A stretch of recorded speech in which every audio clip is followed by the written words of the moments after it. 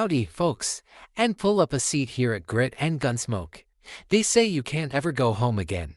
The rivers change their course, the faces you knew get older, and sometimes, the very soul of a place gets ripped out and replaced by something mean and ugly. But what happens when a man, haunted by his past, decides to go home anyway? Before we find out, do an old storyteller a favor and rustle up that subscribe button and ring that bell. You won't want to miss a single shot from this long overdue reckoning. Now, listen close.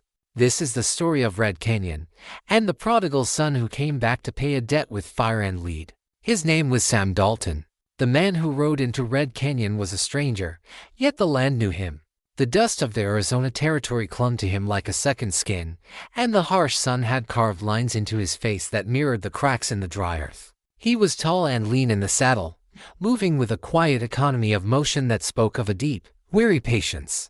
A long, jagged scar ran from his right temple down to his jaw, a pale, puckered line that gave his otherwise handsome face a grim, unsettling asymmetry. Slung in a worn leather scabbard by his saddle was an old Model 1873 Winchester rifle, its wooden stock dark and smooth with age, its brass receiver holding the faint, warm glow of the setting sun. His name was Samuel Dalton, but the town of Red Canyon had buried that name 5 years ago. They had buried him alongside the other Union soldiers from the town who had supposedly fallen during the last of the Apache Wars. But Sam Dalton had not died. He had simply vanished, swallowed by the war and a past he had no desire to reclaim. Now, he was back. He was not the same boy who had ridden off to war, his face aligned and his heart full of patriotic fire. The man who returned was a ghost, haunted by the thunder of cannons and the faces of the dead. He had come home seeking not a welcome, but an ending. A quiet place to bury the man the war had made him and perhaps, if he was lucky, to find a sliver of the peace he had once known. But the peace he remembered was gone. As he rode down the main street, he saw a town in the grip of a slow, strangling sickness. Red Canyon, once a boisterous but decent hub for the gold and supply wagons, now felt like a town holding its breath. The windows of the general store were boarded up. The laughter that used to spill from the saloon was replaced by a tense, joyless noise. And everywhere, he saw the sign, a crudely painted red vulture, its wings spread.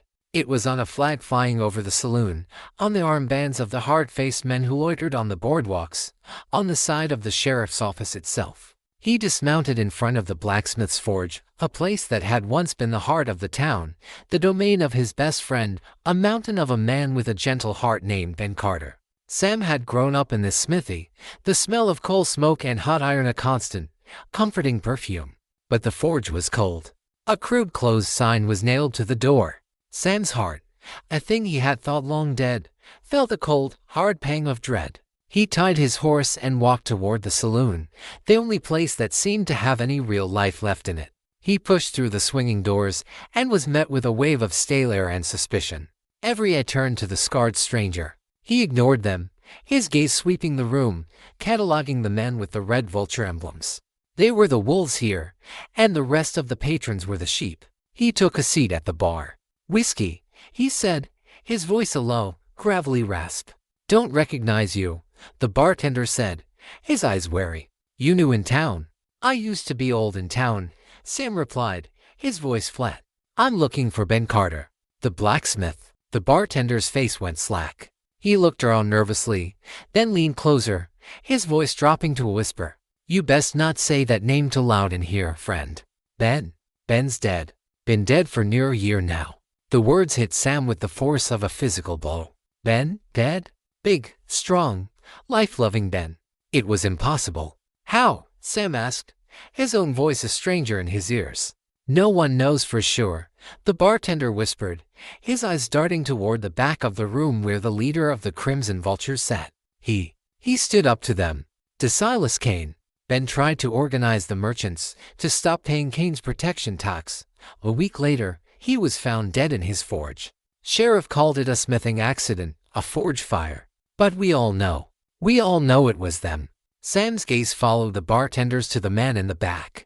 Silas Kane was not a large man, but he radiated an aura of pure, reptilian menace. He was dressed in black, a blood-red cravat at his throat, his face pale and sharp-featured. He was shuffling a deck of cards with a fluid, predatory grace. This was the man who had murdered his best friend, the man who was choking the life out of his home. In that moment, Sam's quiet quest for peace died a silent, brutal death. The ghost who had returned seeking a grave had just been given a reason to live and to kill. The old soldier, the sniper who had spent years trying to forget the feel of a rifle stock against his cheek, was reawakened by a single, cold flame of pure, righteous fury. He finished his whiskey in one swallow, the liquid burning a path down his throat. He stood up, his tall frame casting a long shadow in the dim light. He turned and walked directly toward Kane's table. The vultures sitting with their leader tensed, their hands moving toward their guns. Kane himself simply stopped shuffling, his cold, dark eyes looking up, assessing the scarred stranger. Sam stopped at the table. He did not draw his gun. He did not speak a word of threat. He simply looked at Silas Kane, and in his eyes was the vast, empty promise of a desert grave. "I knew a man once," Sam said, his voice a low, chilling rumble that cut through the silence of the saloon. "He told me you could always judge a man's character by the quality of the dogs he keeps." He let his gaze sweep over the scowling faces of the vultures. "Yours are a mangy-looking lot." Before the stunned men could react, he turned and walked out of the saloon, leaving behind a wake of shocked silence and the chilling, unspoken declaration of his intent.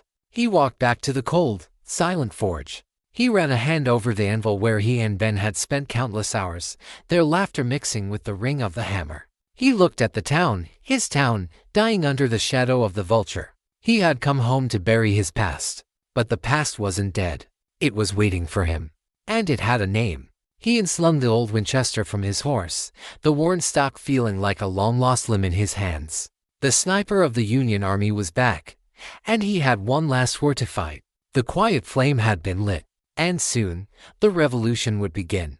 Sam Dalton's quiet, chilling pronouncement in the saloon was not a loud declaration of war, but a subtle shift in the town's gravitational pull. For the first time in over a year, someone had looked Silas Kane in the eye and shown no fear. The act, whispered from person to person, created a crack in the monolithic facade of the Crimson Vulture's power. It was a hairline fracture, but it was enough for hope to find a purchase. Sam did not immediately embark on a bloody campaign of vengeance. The soldier in him, the sniper, knew that a war was not won with a single, angry shot. It was won with intelligence, with position, and with the slow, methodical dismantling of the enemy's will to fight. He retreated to the one place in town that felt like a sanctuary, a ghost of his former life, the abandoned blacksmith's forge. The cold anvil and the dusty tools were monuments to his lost friend, Ben Carter. It was here, in the heart of his grief, that he began to forge his rebellion. His first ally came to him. Dr. Adams, the town's weary, overworked physician, sought him out, finding him in the shadows of the smithy. The doctor was a man of science, but he understood the pathologies of fear and power. "I knew your father, Sam," the doctor said, his voice a low, cautious whisper. "And I knew Ben. He was a good man. What happened to him was a sickness. And you seem to be the only medicine this town has left." Dr. Adams confirmed the details of Ben's death. It was no accident. The vultures had cornered him in his own forge, demanding he brand their stolen cattle. When he refused, they had beaten him and staged the scene to look like a forge fire. The doctor had seen the body. He knew the truth. From the doctor, Sam began to build his network. He learned of the others who had suffered, of the families who had a reason to hate Kane. There was Maria Carter, Ben's widow, a woman of formidable, quiet strength, now running a small boarding house, her grief a tightly coiled spring of anger. There was a young, hot-headed rancher named Jesse, whose entire herd had been stolen, leaving him on the brink of ruin. And there was the town's preacher, a man who had been forced to deliver a eulogy for Ben Carter that was a lie, a sin that had been eating away at his conscience ever since. This chapter is the story of the slow, hesitant forging of this alliance. They met in secret, in the dead of night, in the back room of the church or in the cavernous, echoing space of the forge. Their shared grief for Ben, and their shared desire for a town free from the vulture's shadow, became the bond that united them. Sam, a man who had become a consummate loner, a ghost haunted by his own past, found himself reluctantly thrust into a position of leadership. His military experience, his calm, tactical mind, made him their natural commander. He did not speak of vengeance. He spoke of strategy. Cain is a cancer, he told them, his voice a low, steady rumble in the flickering lantern light of the forge. You don't fight a cancer with a fistfight. You cut it out, piece by piece. You starve it. We will not be an army. We will be ghosts. We will be a whisper in the wind that they cannot catch, a shadow they cannot shoot. He began to teach them, not to be gunfighters, but to be insurgents. He taught Jesse, the rancher, how to use the terrain, how to move unseen through the canyons he knew so well. He taught the preacher how to listen, how to gather information from the confessions and whispers of his frightened flock. He turned Maria's boarding house into a safe house and a hub for their secret communications. They were a small, desperate band: a sniper, a doctor, a widow, a rancher, and a preacher. They were the town's broken heart, and together, they were beginning to beat again, a slow, steady, and dangerous drumbeat of rebellion. With his small, clandestine army in place, Sam initiated the first phase of his war. It was a campaign of psychological terror, designed to disrupt Silas Cain's operations and to show the people of Red Canyon that their oppressors were not the invincible gods they pretended to be. His weapon was not a platoon of soldiers, but a single, long-range rifle and a profound understanding of the power of the unseen. The Crimson Vulture's primary source of income, beyond the simple extortion of the townspeople, was a protection racket they ran on the gold and supply wagons that passed through the territory. The main route ran through a wide, open canyon a few miles from town, a perfect shooting gallery for a sniper of Sam's skill. He did not attack the wagons. To do so would be to invite the attention of the U.S. Marshals and to harm the innocent teamsters. Instead, he attacked the Vulture's sense of control. This chapter is a showcase of his tactical genius. It is not a story of loud, explosive battles, but of quiet, unnerving precision. From a high, sun-drenched ridge, a position so distant it was invisible to the naked eye, Sam became a god of mischief and menace. As a Vulture patrol escorted a heavy gold wagon, Sam would wait. He would let them get to the center of the canyon. Then, the old Winchester would speak. The first shot was not aimed at a man. It was aimed at the large water barrel strapped to the side of the lead wagon. From over a half-mile away, the heavy rifle slug struck the barrel with a loud thump, and the precious water would gush out into the thirsty dust, a death sentence for a long journey. The Vultures would react with confusion, firing wildly at the distant, silent ridges, their bullets falling harmlessly short. They would find no target. The attacks grew more audacious, more personal. A particularly cruel Vulture enforcer, a man known for his bullwhip, would be riding alongside a wagon, his whip coiled on his saddle. The Winchester would roar from a mile away, and the whip, neatly severed by the bullet, would fall to the ground into pieces. He never killed. He never drew blood. He simply demonstrated a level of marksmanship that was supernatural, terrifying. He was a ghost on the ridge, a phantom who could reach out and touch them at will, but whom they could never touch back. The legend of the Red Canyon Ghost was born. The Vultures, men who lived by the gun, became terrified of the open spaces. Their patrols grew jumpy and insubordinate. Their iron-fisted control over the canyon routes began to slip. The teamsters, who had once paid the protection money out of fear, now began to refuse, knowing the Vultures were powerless against an enemy they couldn't see. Cain grew more and more enraged. His profits were dwindling, and his men were on the verge of mutiny. He sent larger and larger patrols into the canyons to hunt the ghost, but they found nothing. They were hunters in a world where their prey was the wind itself. The chapter culminates in Sam's most daring act. Cain himself, in a show of force, decides to personally escort a critical supply wagon. Sam, from his perch, watches him. He has a perfect, clean shot. He could end the war right there, with one squeeze of the trigger. He centers the crosshairs of his scope on Cain's black-clad chest. His finger tightens on the trigger, but he doesn't fire. This is not about a simple assassination. This is about justice.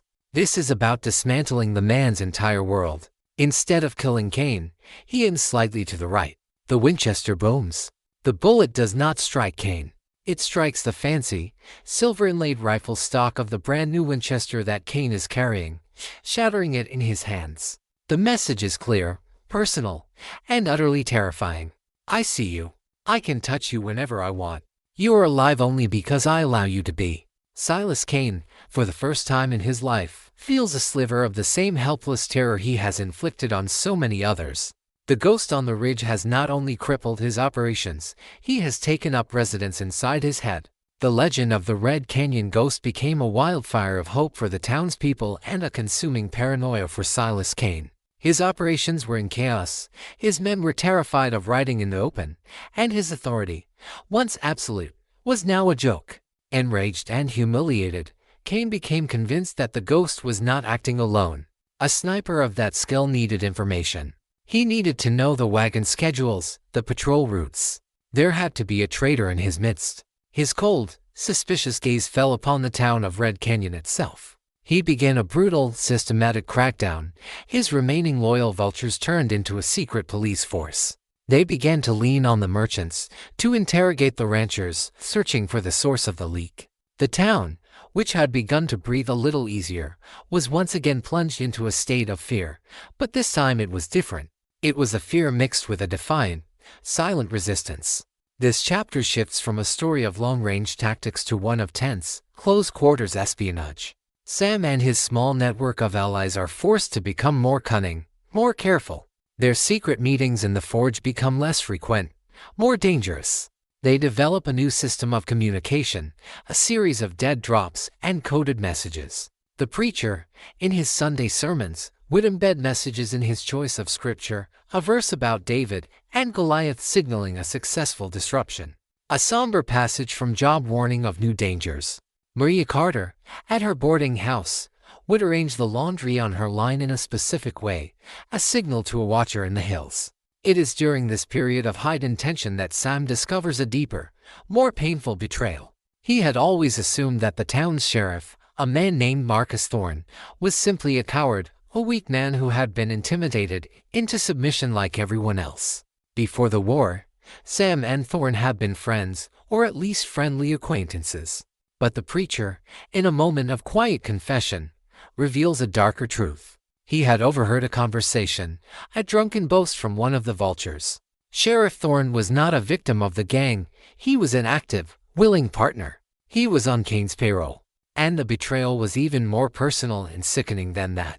It was Sheriff Thorne, using his position of trust, who had provided Kane with the final piece of information that had led to the ambush and murder of Ben Carter. Ben had gone to his friend, the sheriff, for help, and that friend had sold him to his executioners. The news strikes Sam with the force of a physical blow. The war is no longer just against an outside evil. The cancer is inside the town's own heart, wearing the very star that is meant to represent justice. Sam's focus shifts. Before he can cut the head off the snake, he must first defang the serpent hiding in plain sight. He begins to stalk Sheriff Thorne, not to kill him, but to understand him, to find the leverage he needs to destroy him. He sees a man living a lie, his face a constant mask of false bonhomie, his eyes holding the shifty, haunted look of a man who has sold his own soul. The confrontation is inevitable, but Sam knows it must be on his own terms. He is no longer just fighting for his friend's memory, he is now hunting his friend's betrayer. Sam's plan to deal with Sheriff Thorne was not one of violence, but of utter, soul-crushing ruin. He knew that to simply shoot the man would be a mercy. It would make him a martyr in the eyes of some and would bring down the full and wanted weight of the territorial government. He wanted to destroy not the man's life, but his web of lies, to expose the rot at the core of the town's legal system. He began by preparing his case, like a prosecutor gathering evidence for a trial. With the help of his allies, he pieced together the full extent of Thorne's corruption. Jesse, the rancher, provided accounts of how the sheriff had lost the paperwork on his stolen cattle claims. Dr. Adams provided medical records of injuries the sheriff had dismissed as accidents. Maria Carter, from the whispers in her boarding house, gave him a timeline of the sheriff's secret. Late-night meetings with Kane. The final piece of evidence, the smoking gun, had to be in the sheriff's office itself. The break-in was a tense, methodical affair. Sam moved with the ghostly silence he had perfected. The sheriff's office, a symbol of the town's failed justice, became his hunting ground. He bypassed the flimsy locks and slipped inside, a shadow in the moonlight. He found what he was looking for in a false bottom drawer beneath a stack of wanted posters, a small, meticulously kept ledger. Just like the one he had found in another town, in another life, this was the sheriff's confessional. It contained a detailed record of every bribe, every kickback, every piece of information traded for blood money. And on the last page, a single, standing entry, a large payment received from Kane on the day of Ben Carter's death, noted simply as for services rendered. Sam did not take the ledger. He took something more powerful. Using a small piece of charcoal, he made a perfect, detailed rubbing of that final, damning page, a ghostly copy of the sheriff's ultimate betrayal. He left the ledger and the office exactly as he had found them, a silent violation that the sheriff wouldn't even know had occurred. The confrontation was set not in a dark alley, but in the most sacred and public of spaces, the town church. The preacher, his conscience finally outweighing his fear, had agreed to help. He announced a special memorial service for all the souls the town had lost in these hard times, a service he knew neither Kane nor his men would dare to attend, but which the sheriff, for the sake of appearances, could not refuse. The church was filled with the quiet, somber faces of the townspeople. Sheriff Thorne sat in the front pew, his face a mask of false piety. The preacher began his sermon, his voice filled with a new, strange fire. He spoke of wolves in sheep's clothing, of the sin of silence in the face of evil, of the heavy price of betrayal. His words were clear and direct accusation, aimed at the man in the front row. The sheriff began to sweat, his eyes darting around the church, realizing that this was not a sermon, it was an indictment. At the height of the sermon, the church doors at the back of the nave opened. Sam Dalton stood there, a tall, silent figure silhouetted against the bright morning sun. He was no longer the dusty, anonymous stranger. He was clean-shaven, the cruel scar on his face a stark testament to his past, his old Union Army coat clean but worn. He was recognizable. He was Malcolm Carver's son, Ben Carter's friend. He was home. He walked slowly, deliberately, down the central aisle, his boots echoing in the stunned silence. He did not carry his rifle. He carried only a single piece of paper. He stopped at the front pew and looked down at the pale, trembling sheriff. "I believe you have something to say to these people, Marcus," Sam said, his voice a low, commanding rumble that filled the church.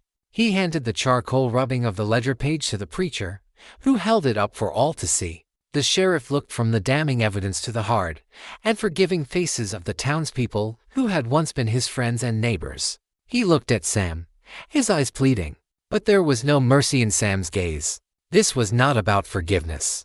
This was about accountability. Trapped, exposed, and with his soul laid bare before God and the entire town, Sheriff Thorne broke. In a torrent of sobs and pathetic confessions, he told them everything. The bribes, the lies, his role in the murder of Ben Carter. The act created a power vacuum. With the town's legal authority now revealed as a sham, Silas Kane's control became purely one of brute force, his tyranny exposed for all to see. The town, now armed with the truth and united behind a leader they finally believed in, was ready for the final war. And Sam, by destroying the sheriff not with a bullet but with the truth, had just won the most decisive battle yet. The public implosion of Sheriff Thorne was more devastating to Silas Kane's authority than a dozen dead vultures. The law, his shield of legitimacy, had not just been broken, it had been melted down and reforged into a weapon against him. The town of Red Canyon, once a herd of frightened sheep, was now looking at him with the cold, hard eyes of a wolf pack. Kane, a man who thrived on control, felt it slipping through his fingers like desert sand. His response was a viper's strike, swift, silent, and venomous. He sent a telegraph message, a summons for a ghost of his own. A week later, a new rider appeared in Red Canyon. He was a stark and terrifying contrast to the dusty, sun-bleached landscape. He was a man dressed entirely in black boots, black trousers, and a long, funereal black duster that billowed around him like a shroud. His face was pale and gaunt, dominated by a pair of eyes so dark they seemed to drink the light. On his hip, in a black, silver-inlaid holster, was a single, pearl-handled Colt revolver. He did not swagger or boast. He moved with a chilling, reptilian grace, and the air around him seemed to grow colder. He was known only as the Shadow, a gunfighter whose legend was a litany of duels fought at dawn and men left dead in the dust. He was Kane's final, desperate answer, a professional killer brought in to do what his thugs could not: put the Red Canyon ghost in the ground. The Shadow's arrival immediately changed the texture of the war. Sam's campaign of guerrilla tactics and psychological warfare was less effective against a man who was, himself, a master of fear and who had no ties to the town. The Shadow was not a brute to be outsmarted or a coward to be intimidated. He was Sam's dark reflection, a man who possessed the same deadly skills but lacked any semblance of a conscience. The chapter becomes a tense, slow-burning chess match between two master hunters. The Shadow did not immediately seek a confrontation. He was a student of his prey. He spent days simply observing, his dark eyes missing nothing.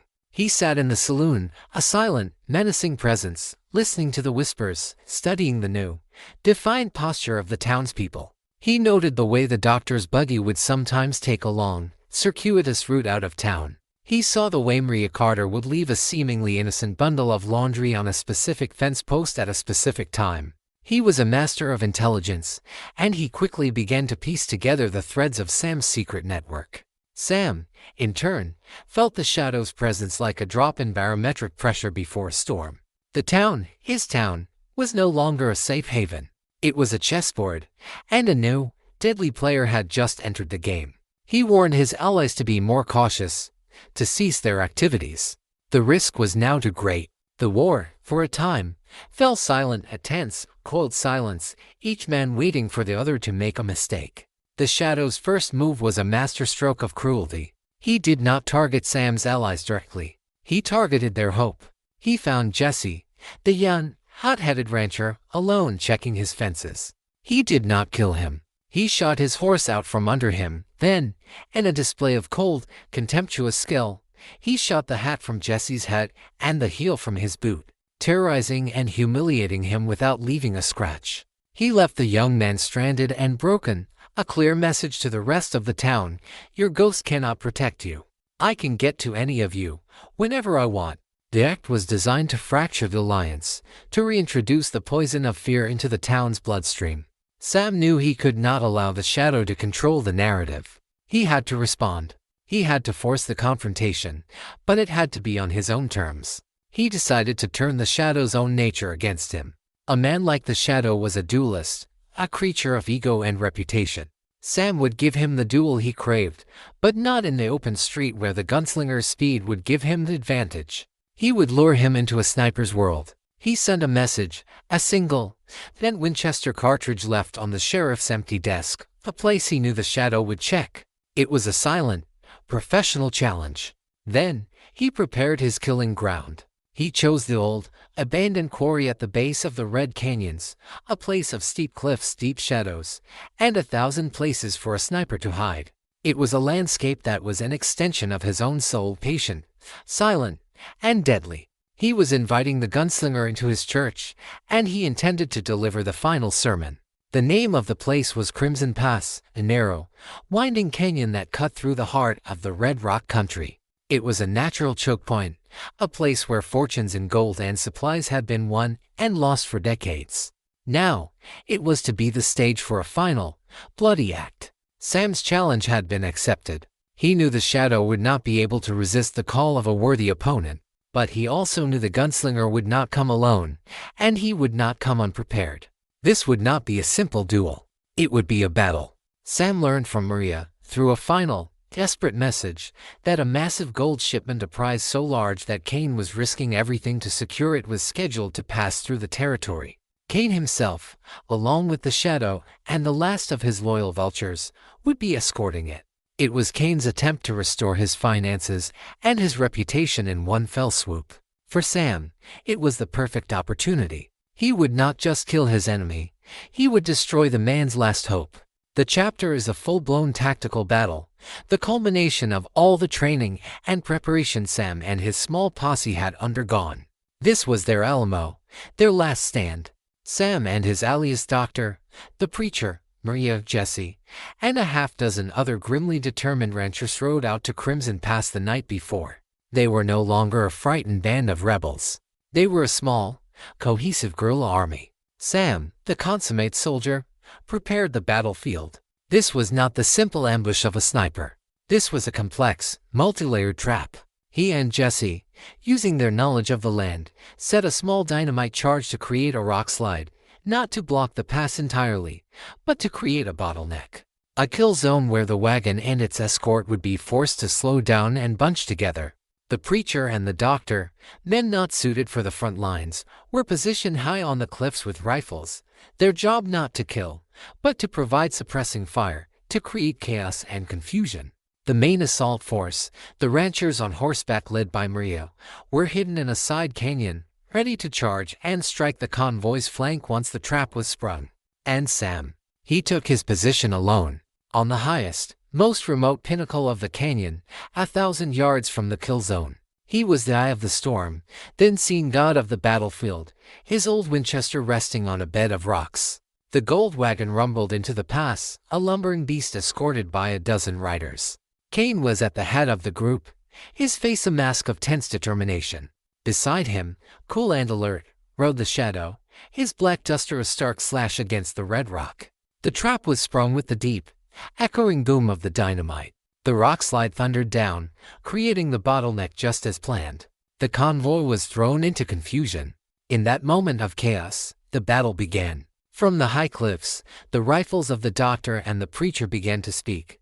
Their shots inaccurate but their effect profound, adding to the panic. From the side canyon, Maria led the charge, the ranchers letting out a defiant, unified war cry as they galloped into the flank of the surprised vultures. The canyon became a hell of smoke, dust, ricocheting bullets, and the screams of men and horses. It was a swirling, chaotic melee. But high above it all, Sam was a picture of absolute calm. His war was not with the thugs below. His war was with one man. He ignored the chaos, his entire world narrowing to the view through his rifle's scope. He was hunting the Shadow. The duel was a breathtaking display of marksmanship and fieldcraft. The Shadow, a true professional, instantly identified the sniper's threat. He abandoned the melee and scrambled into the rocks, moving with a fluid, serpentine grace, a ghost in his own right. What follows is a tense, long-distance sniper duel, a battle of wits and patience. The Shadow would fire a shot, revealing his position for a split second, and Sam would counter, his heavy slug chewing up the rock where the gunslinger had been a moment before. It was a deadly conversation, spoken in the language of lead and powder. The duel culminated as the Shadow, believing he had finally pinpointed Sam's position, took cover behind a large boulder to take a final, careful, killing shot. But he had been outmaneuvered. Sam was not where the Shadow thought he was. He had used the chaos of the battle below to move to a secondary, pre-planned position. As the Shadow exposed himself from behind the rock to take his shot, Sam's old Winchester spoke one last time. The heavy bullet crossed the 1,000 yards of empty space and found its mark. The Shadow, the legendary gunfighter, simply collapsed, his own final shot fired harmlessly into the sky. Down below, the battle was turning. The vultures, seeing their most feared fighter fall, their leader trapped, and a ferocious, mounted force of ranchers tearing into their flank, broke completely. Cain, his face a mask of disbelief and terror, was captured. The Battle of Crimson Pass was a stunning, decisive victory. Sam and his small band of rebels had not just defeated an outlaw gang, they had liberated a territory. The victory at Crimson Pass was not a quiet one. The sound of it, the thunderous finality of it, echoed back to Red Canyon on the wind. The surviving vultures, their spirits shattered, fled not back to town to make a final stand, but scattered into the desert like quail, their reign of terror over. The ranchers, battered, bleeding, and having suffered losses of their own, returned not as a secret posse, but as a victorious, if somber, army of liberation. They brought with them the captured gold wagon, the recovered bodies of their fallen friends, and a prisoner who was more valuable than any treasure, a defeated and utterly broken Silas Cain. The town's reaction was not the wild, celebratory explosion one might have expected. Years of fear and oppression are not washed away in a single afternoon. Instead, what greeted the returning riders was a slow, hesitant, and then overwhelming wave of profound and tearful relief. People emerged from their homes and businesses, not with cheers, but with a quiet, stunned reverence. They saw the blood and the dust on the faces of their neighbor's blacksmith, the ranchers, the doctor's widow, when they understood the price that had been paid for their freedom. This chapter is not about a battle of bullets, but about the more complex and difficult battle for the soul of a community. The immediate aftermath is a time of grieving and reckoning. A proper funeral is held for the men who fell at the pass, the preacher's voice, now clear and strong, delivering a eulogy that speaks not of lies, but of sacrifice and courage. In the days that follow, the town of Red Canyon, which had been a collection of frightened, isolated individuals, begins to knit itself back together. It is a slow and awkward process. Town meetings are held, not in the saloon, but in the church, the only place large enough to hold the new, unified spirit of the community. Arguments break out. Old resentments surface. But for the first time, they are the arguments of a free people, deciding their own future. Sam is the reluctant center of this new world. He is a hero, a legend, the Red Canyon ghost made flesh, but he is deeply uncomfortable with the role. He is a soldier, a man of action and silence, not a politician or a leader of men. He shuns the praise, preferring the quiet solitude of the forge, where he helps Ben's widow, Maria, sort through the remnants of her husband's life. It is here that the deeper emotional story of the chapter unfolds. The town, in its newfound freedom, sees in Sam a savior. They begin to push him, to ask him to be their new sheriff, their leader. They want to pin their future on the man who gave it back to them. This forces Sam to confront the very ghosts he came home to bury. To accept the role of sheriff would be to accept a place in the community, to put down roots, to become a part of the world of the living again. And he is not sure he is capable of that. The war, and the long, lonely years that followed, have hollowed him out in a way he fears is permanent. A quiet, powerful scene takes place between him and Maria Carter. She finds him in the forge late one night, simply staring at the cold anvil. She does not thank him or praise him. She simply speaks to him as a friend. Ben always said this forge wasn't just a place for iron, she says softly. He said it was a place for second chances. A place where something broken could be heated in the fire and hammered into something new, something stronger. She looks at him, her eyes filled with a deep, sad understanding. This town has been given a second chance, Sam. Because of you. Don't you think you deserve one too? Her words are a quiet challenge, forcing him to look beyond the immediate victory and consider the future, not just for the town, but for himself. The chapter ends with Sam still undecided, a man caught between the heroic legend the town wants him to be and the broken ghost he still believes himself to be. The revolution has been won, but the true battle, the one for Sam Dalton's soul, is still in the balance. While Red Canyon began the slow, arduous process of healing and rebuilding, Silas Kane languished in the town's small, stone jail cell. He was a serpent defanged, his power broken, his army gone. But even a cornered snake is dangerous. He knew that the moment the circuit judge arrived, he would be tried and hanged. He had one last, desperate card to play, a final act of nihilistic vengeance.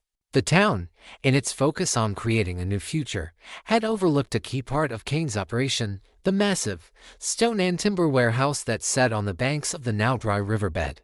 It was a fortress in its own right, the place where Kane stored his stolen goods, his smuggled weapons, and, most importantly, a large cache of dynamite stolen from the railroad. Kane's last loyalists, a handful of his most brutal and desperate thugs who had escaped the battle at Crimson Pass, had been hiding in the Badlands. Using a secret messenger, a terrified stable boy whose family they held hostage, Kane sent his final orders. The plan was not one of escape, but of mutual assured destruction. If he was to hang, he would take the entire town with him. His men were to seize the warehouse and rig the dynamite. His demand was simple, a fast horse and a clear road to the border, or he would give the signal, and the warehouse would explode, taking half of Red Canyon with it. The news of the ultimatum plunged the newly liberated town back into a state of terror. They were free, but they were now hostages. All eyes turned to Sam. He was the hero who had defeated Kane's army. Now they needed him to defuse his final, desperate bomb. The chapter is a tense, high-stakes siege. Sam is no longer a guerrilla fighter in the hills. He is an assault commander, planning an attack on a fortified position in the heart of the town he just saved. The warehouse is a death trap, its windows boarded up, its doors barricaded, and manned by a half-dozen desperate men who know they have nothing to lose. Sam's allies rally around him. Jesse, the rancher, and his men use their knowledge of the surrounding terrain to create a perimeter, ensuring no one can get in or out. The doctor sets up a makeshift infirmary, preparing for the inevitable casualties. And Maria Carter, refusing to be sidelined, insists on being a part of the assault team, her knowledge of the town's layout as valuable as any gun. The assault takes place on the night of the full moon. It is not a wild, chaotic charge. It is a precise, military-style operation, a testament to everything Sam has learned. The plan is a three-pronged attack. Jesse and his ranchers create a massive diversion on the far side of town, setting a controlled fire and firing their rifles into the air to draw the attention of the men in the warehouse. Under the cover of this distraction, two teams move in. The first, led by the blacksmith, uses heavy sledges to breach the main, barricaded cargo doors. The second, smaller team is Sam and Maria. They are the surgical strike.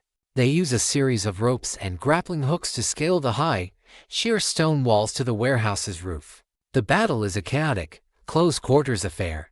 The main force of ranchers battles the thugs through the labyrinth of crates and barrels on the warehouse's ground floor.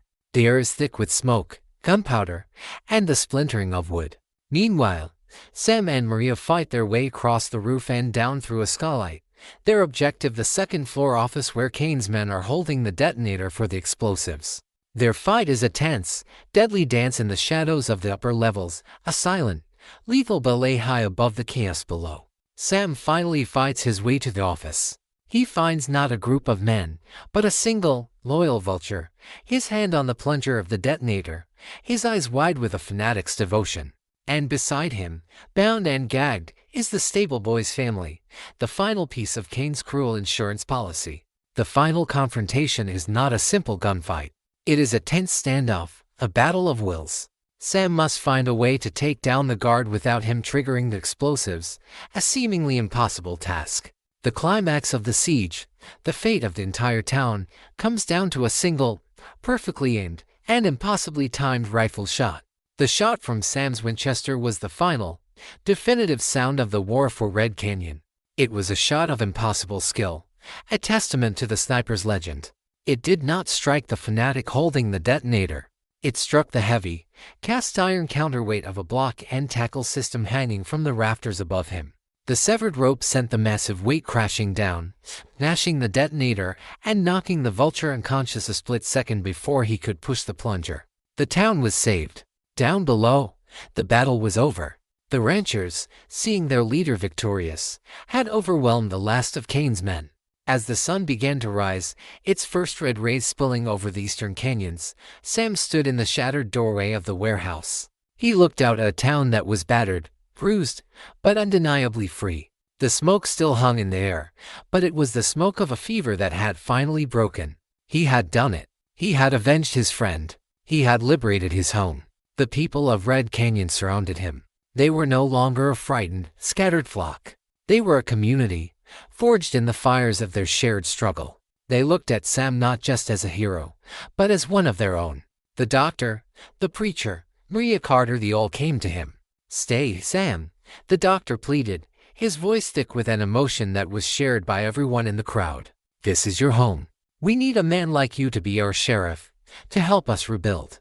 It was the offer of everything he had thought he'd lost forever: a home, a purpose, a community. He looked at their faces, at the hope and the trust in their eyes. He looked at Maria, and in her gaze, he saw the possibility of a future he had not dared to even dream of. But then he looked down at the old Winchester in his hands. He felt the familiar, heavy weight of it, the cold, hard reality of the man it had forced him to become. He was a soldier. He was a sniper. He was a ghost who had returned to settle a debt.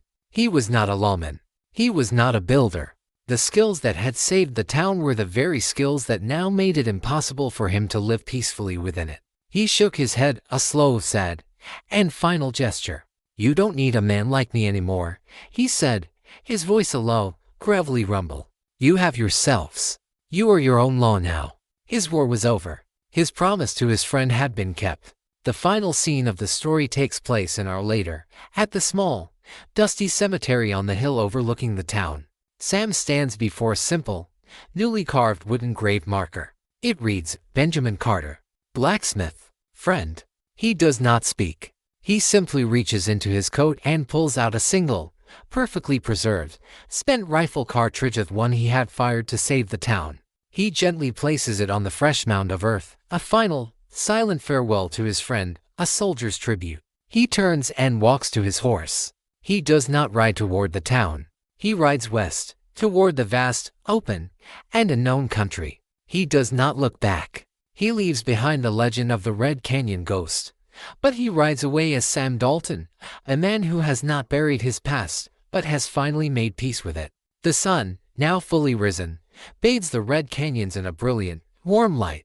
It is a red dawn, the color of the blood that was shed, but also the color of a new, and hopeful, beginning for the town of Red Canyon. And for the solitary rider, it is the color of a long, and finally peaceful, trail ahead.